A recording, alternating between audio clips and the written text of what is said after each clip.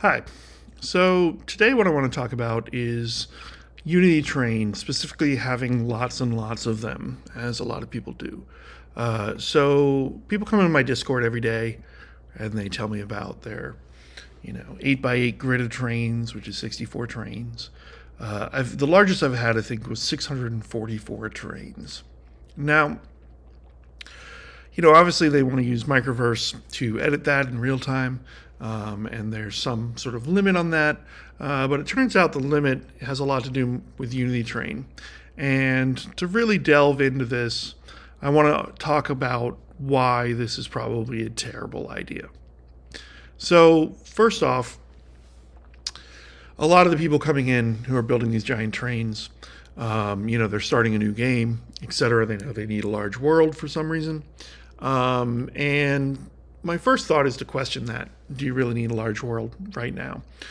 Because working with very large numbers of trains makes everything slower, makes your builds much larger. To give you an idea, let's just talk about the data size that we're dealing with. This is a 64 trains in this scene here that I'm in. And if you'll notice over here, it's 1024 for the alpha map and 1025 for the height map. Now let's assume our train's going to have 16 textures on it, and that means it needs 4 alpha maps plus a height map.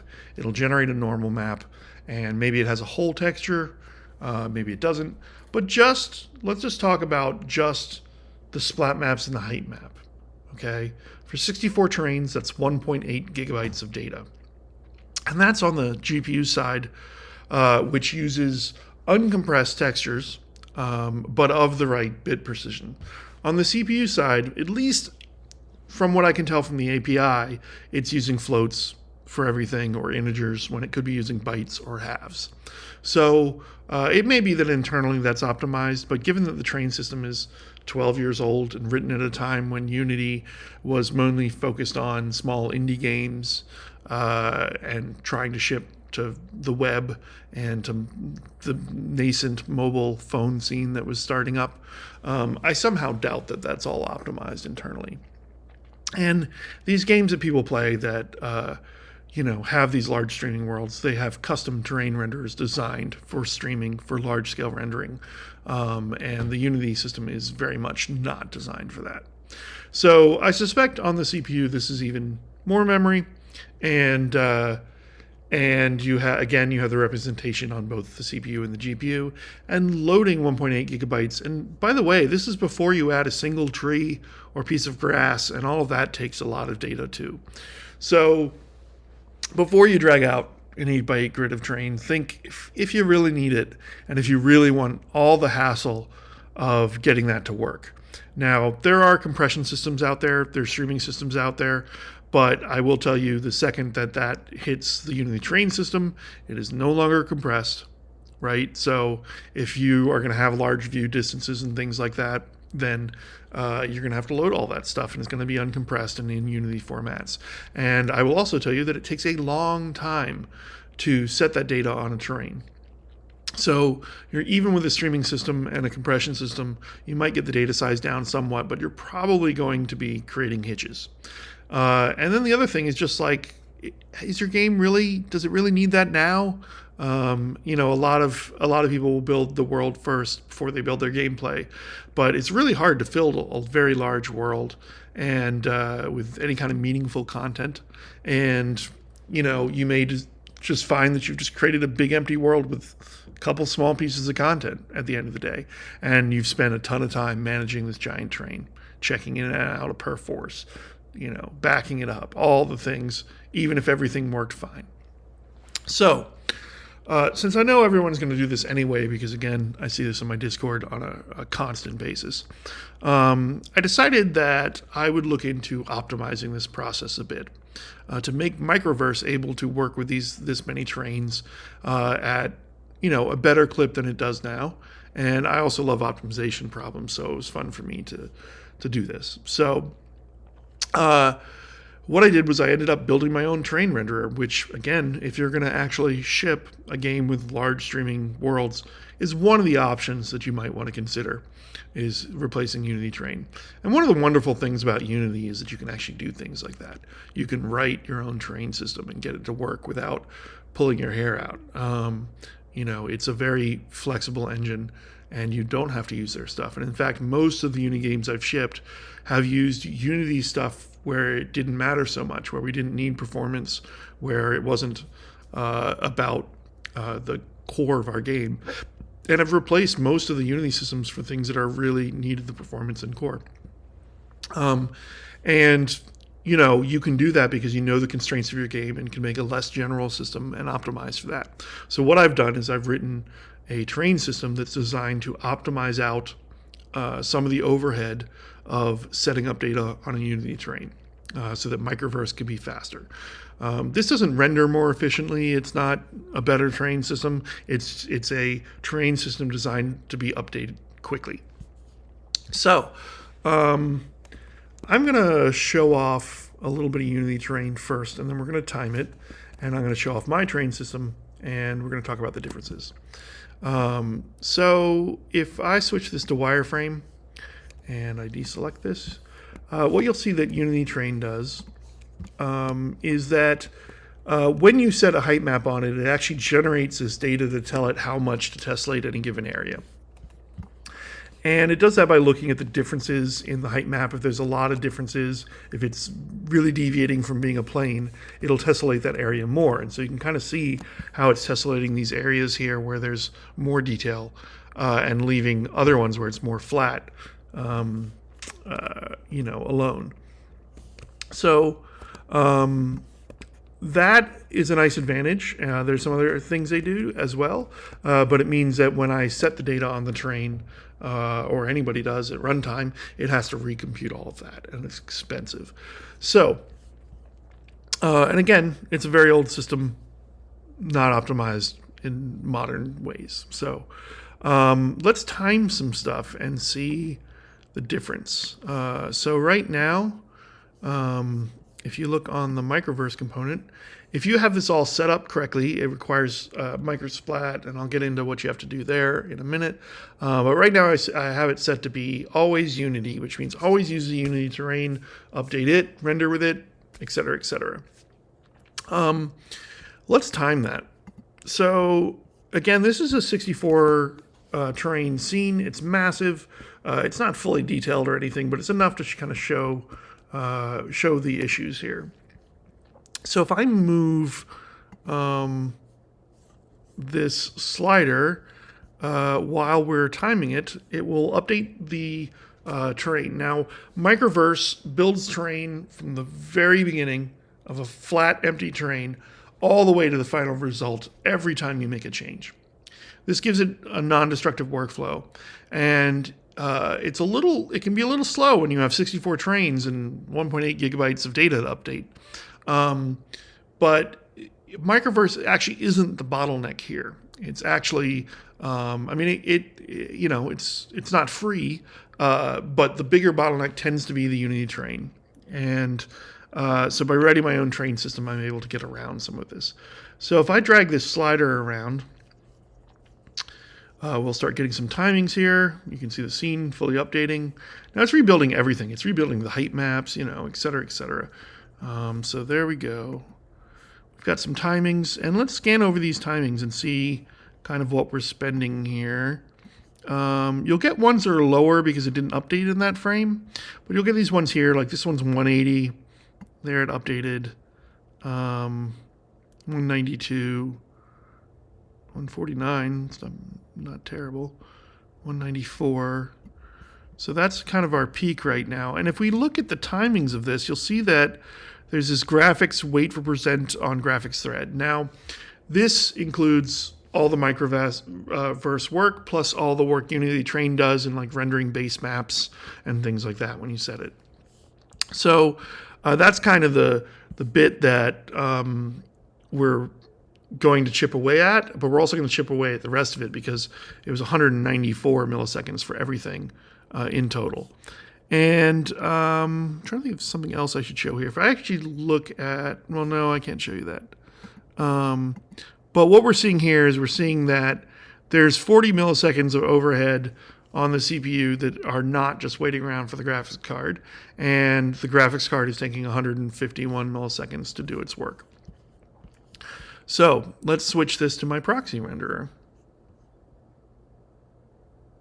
So we go here and we change this to always proxy. And that means it's always going to render with my rendering system. And I'm going to go to the MUD here. And here we go. And also keep in mind it has to render the whole terrain as well. So let's drag that layer weight around. There we go. Before I lose it. And now we see 122, 131, 130. So we were at like, we knocked a good 50 milliseconds off of most of these updates, which is nice. That's a nice gain. And I think I can probably get that a little faster too. And what you're also seeing here is because I'm in a particularly long view, it's also rendering the scene, which takes time. It has to cull it all and render it, which is not fast either. And we'll see that the graphics wait for present on sync went down by 30 milliseconds. And then the overhead on the C++, or sorry, C Sharp and Unity terrain system side is almost gone as well. So that went from, this went down by about 30 milliseconds, and this went down the remainder by another, I don't know, another 40 or 50. So we saved quite a bit of time on updates with this. Now there is a slight difference between my renderer and that, because my renderer is not computing that LOD map and doing the tessellation the way that Unity does. Mine just uses hardware tessellation. And so if you look at something like this sometimes, let me see if I can find an area where it's doing. Let me make sure I am on the proxy renderer, right? It's great when you can't tell them apart. All right, there we go. I am on the proxy renderer. So, why could I? Sometimes when you move in and out, you can see, there we go, the tessellation will swim a little bit. And that's because the tessellation for hardware tessellation is a dynamic tessellation. And so it's kind of constantly changing. And the other thing you'll notice is that if I go into wireframe mode, it's not just squares, right? It kind of is formed by this triangle shape. So it doesn't line up with the splits where the Unity terrain is. And it actually goes a fair bit higher res and probably could be optimized for rendering a little bit. It's not designed for rendering. It's really designed for fast updates. So anyway, that's the basic idea of this is let's just eliminate a bunch of the terrain bottlenecks and get faster editor performance. And then there's one other feature that I should show off. And that is, there's this mode here called Proxy while updating. And what that means is that I'm going to use the Unity terrain renderer, and then when you're done, oh, here's another problem the Unity terrain does. I am just slightly above the maximum height of the height map. And so it clips there, whereas my renderer does not do that because it doesn't care. So let me just get that. Here we go. Pull this down a little bit. There we go. So yeah. There we go.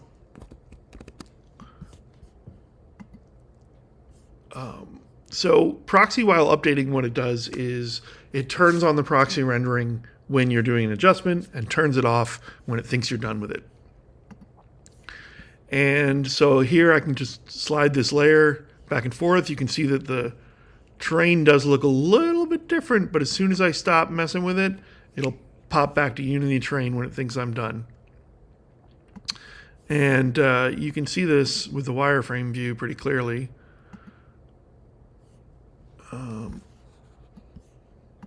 There we go. So you can see it's Unity terrain right now, and then it switches to my proxy rendering, and sometimes it doesn't always get it back.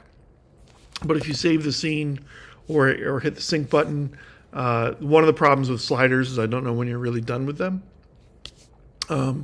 So it'll snap back to Unity rendering when it does have a moment, and it's like, hey, I don't think you've done anything in a little while. I think I can do the work now. And I call it sneaky save back. I do it with the height editing as well to speed things up. So anyway, that was a nice improvement for large terrain supports. If you're that time that Unity spends on the CPU is pretty constant, meaning that a beefier machine is a little bit faster, but it's not worlds of difference faster. I'm running on a laptop right now, so if you're on a desktop machine with like a modern 4090 or whatever, then all that GPU time is going to be cut way, way down, and this probably will edit in real time again. So especially with the proxy rendering, that helps a lot. So anyway, right now this requires microsplat because I have to use a special shader, and so it can generate that shader for me, and it can render it all in one pass and using the formats that I use. And I may extend this to work with Unity's shader if it's useful enough to people that they want it to, but it will require a whole different rendering path because of the way Unity's shader renders terrain. It actually requires drawing it a whole bunch of times. So yeah, the way this is set up right now, I'm going to turn this back to shaded, is that once you convert to microsplat, you can turn on a setting in the microsplat shader. Right here, MicroVerse preview, export MicroVerse preview. If you turn that on, it'll output the special shader, and then the controls here for it will show up and let you choose the mode and use the new renderer. So anyway, that's the gist of what I wanted to talk about. And again, just trying to make my stuff not the bottleneck in your crazy adventure for your 2000 terrain game. So, all right, bye.